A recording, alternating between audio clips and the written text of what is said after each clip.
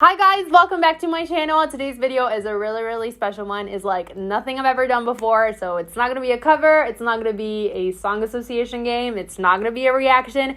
It's going to be about the 10 things I wish I knew before I got signed as a songwriter. Before we start, make sure you are subscribed to my channel. If you already are, make sure that you have the notification bell on so whenever I post, you will be notified. Also, I'm gonna leave on the screen links to my Instagram, my TikTok, and my Facebook. I'm mostly active on my TikTok and my Instagram, so make sure you go and follow me on there. I'm also gonna leave the links in the description of this video, so make sure you go and check it out. Now that we're all set, let's go. Tip number 1, and this doesn't really change. It doesn't really matter whether you're signed or not. Rejection is your best friend. It doesn't matter if you are signed as a songwriter, you are going to be rejected because it doesn't matter if you're signed to a record label, or in my case, you're signed to both a record label and a publishing company. Just because you're signed doesn't mean that the record label or the publishing company will accept every single song that you write. You know, I've written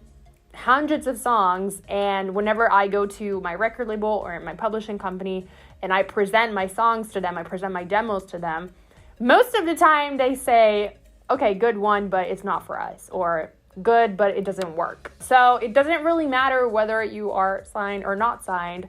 Rejection is still your best friend. So you kind of have to learn how to just live with it, have tough skin, and just get used to it, because maybe you write what is for you the best song you've ever written, but commercially it just doesn't work, or it doesn't work for your voice, which is something that I have experienced a lot. But yeah, you just have to kind of deal with it and learn that just because it's not commercially valid, that doesn't mean that it's not a good song. So tip number 1, rejection is your best friend. Tip number 2, learn to balance your own judgment and the one of the people around you. What does that mean? As songwriters, I feel like we are very critical when it comes to our work and when it comes to the songs that we write. You kind of have to learn how to balance your own judgment, which is sometimes or most of the time not so objective, and then the one of the people who are around you. So if you are 100% convinced that what you wrote is a good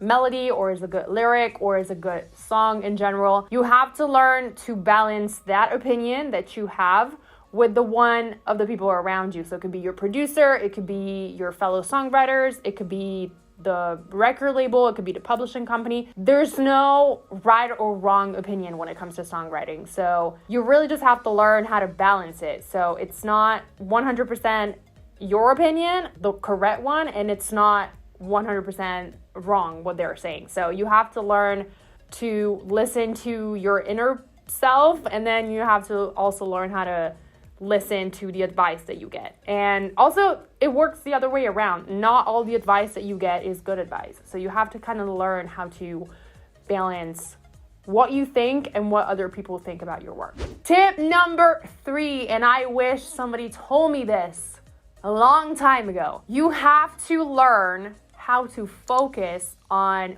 what you're good at. What does that mean? It means I feel like as songwriters, everyone is good at a specific thing. For example, for me, I like to consider myself really good at lyrics. That's my jam. That's what I do. I love writing lyrics, but I don't consider myself so strong when it comes to melodies. So if you can pinpoint the thing that you're good at, just stick with it. Trying to pursue perfection, so being good at everything, that's wrong. Like, nobody is good at everything. That's why we have writing sessions and writing camps. That's why a lot of songwriters and a lot of producers come together most of the time to write songs together, because every person and every artist can bring something into the mix. If everyone was good at writing the perfect song, you wouldn't have writing sessions. You would just write, songs by yourself and produce them and mix them and master them and do the whole work by yourself. But no, that's not how it works. As songwriters, I think it's good that you find the thing that you're good at. So it could be lyrics, it could be melody, it could be top lining, it could be whatever. But learn the thing that you're good at. Try to figure out what it is that you're good at, And that's what you're going to bring into the session when you go in with other artists, songwriters, or whatever. So don't try to be perfect at everything. Focus on one thing. It could be a thing that you like, or it could be a thing that you don't like, but that's what you're good at. So just focus on what you're good at. Tip number 4, and that's a good one. Write. The hardest part is not getting signed. Getting signed is quite easy. Staying signed, that's the hardest part. The record label or the publishing company, they can drop you at any minute. Depends on obviously the terms of your contract, but they can drop you at any moment. So the hardest part is not getting signed, is staying signed. And how do you stay signed? By practicing. Just like for anything else, you have to practice, write. Just because you got signed, that doesn't mean that that's when you should stop writing and working on your craft. That's exactly the moment you should start putting in the work and write as much as you can. Tip number 5, and this is kind of obvious to me, but I realize that not a lot of people consider these kinds of things, and that is learn about the industry. I have met so many artists, so many singers, songwriters, rappers, producer, who told me, I'm the artist. For the industry side, that's the management job. That's my manager's job.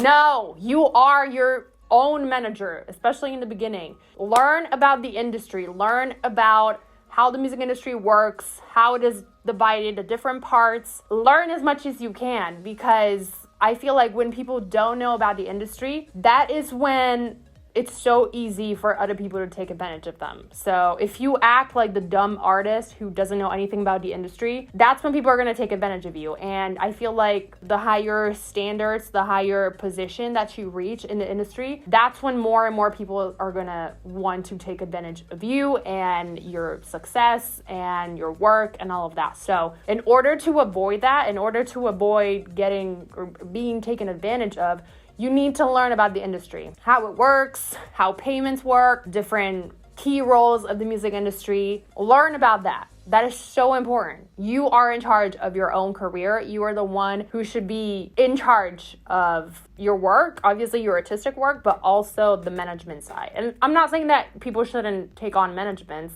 Obviously, there are managements and there are managers in the industry, but you should always be up to date with what is going on and how the industry works, because the music industry is one of the most fast-paced industries. It changes so much every single day, every single year. You have, big changes happening in the music industry. So learn about the industry. Don't be dumb, be smart. Learn about the industry. Tip number 6, and this is a really tough one to process, but you came here for the real deal. Here's what you get. Songwriting is not something for divas. If you have a diva attitude, not really gonna work. And let me explain why. Unless you are writing songs by yourself, for yourself, then you can pretty much do whatever you want. But if you are writing for other artists, or you're writing songs for yourself, but you have other artists or other songwriters or other producers that come in to work with you in a writing session, you can't be a diva. You can't act like your opinion is the only one that matters, because you will have a very, very, very short career. I can assure you that. For example, if you do a writing sessions with, let's say, other songwriters or other producers, usually how it works is, you throw in ideas. Hey guys, I wrote this. Hey guys, this is the melody that I wrote. This is the melody that I came up with. And just like you, any other member of the session is going to do the same. So you're going to both talk about your ideas and propose what you wrote, but you're also going to listen to what other people wrote.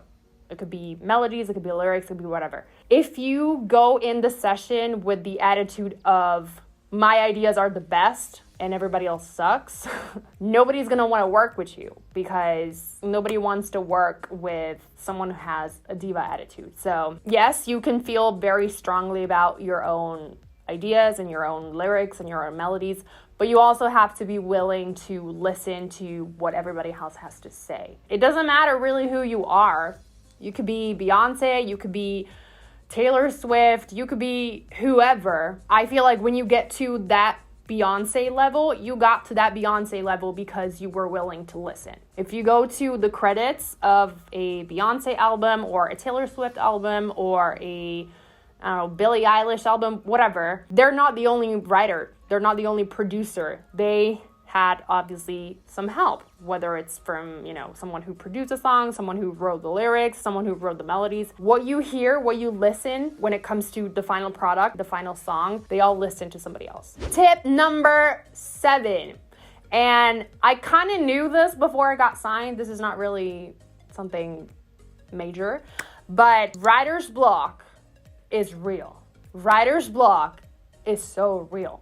It doesn't matter how much you practice. It doesn't matter how much you write. It doesn't matter how much inspiration you get from, the sky or the internet or a movie that you watch. Writer's block is real. It comes to a point, and I've faced this quite a lot, especially in 2020. It comes to a point where you're just like, what the fuck am I gonna write about now? Like, what else do I have to say? And when it happens, my best advice is just let it pass. It's a moment. It's not forever. Just let it go. This too shall pass. So whenever you experience writer's block, just let it go. Just wait a couple of days. Just wait a week, 2 weeks, and then just go back at it. So writer's block is real. If you experience it, that's fine. You're going to get through it. I promise.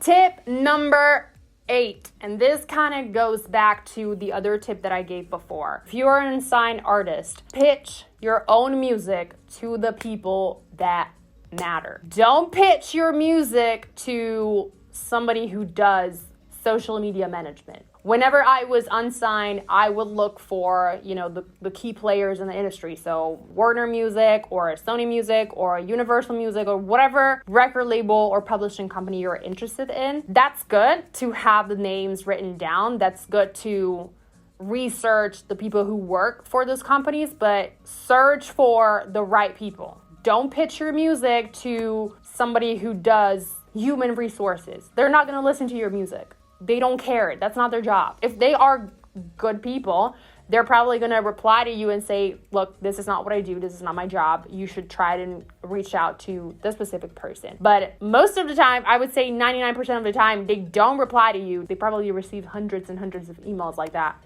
every single day. You just wasted your time. Do your research first and then pitch your music, to be your songs or whatever, to the people that matter, to the people who are actually going to listen to your music, to the people whose job is to look for new emerging unsigned artists. So that could be the A&R department. It could be the CEO of the company. If it's a small independent record label or publishing company, that's probably the CEO who makes that type of decision. But don't pitch your music to people who are not going to listen to it because that's not their job. So tip number 9, and that again goes back to one of the other tips that I gave, and that is when you start working on your craft significantly. So when you start writing, that's when you really start to understand what works and what doesn't. If I look back at the first songs that I've ever written, they were so bad. They were terrible. They were awful. But whenever I wrote them, I was like, oh my gosh, this is so good. This is going to be like amazing.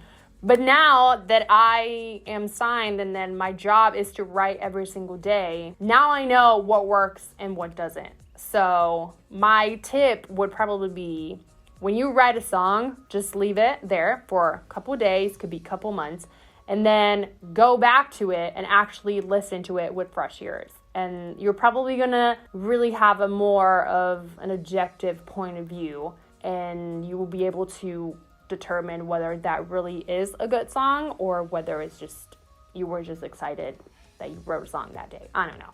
But write, and then as a consequence, you will learn what works and what doesn't. Tip number 10 and final one, and that goes back to my very, very first tip, which was rejection is your best friend.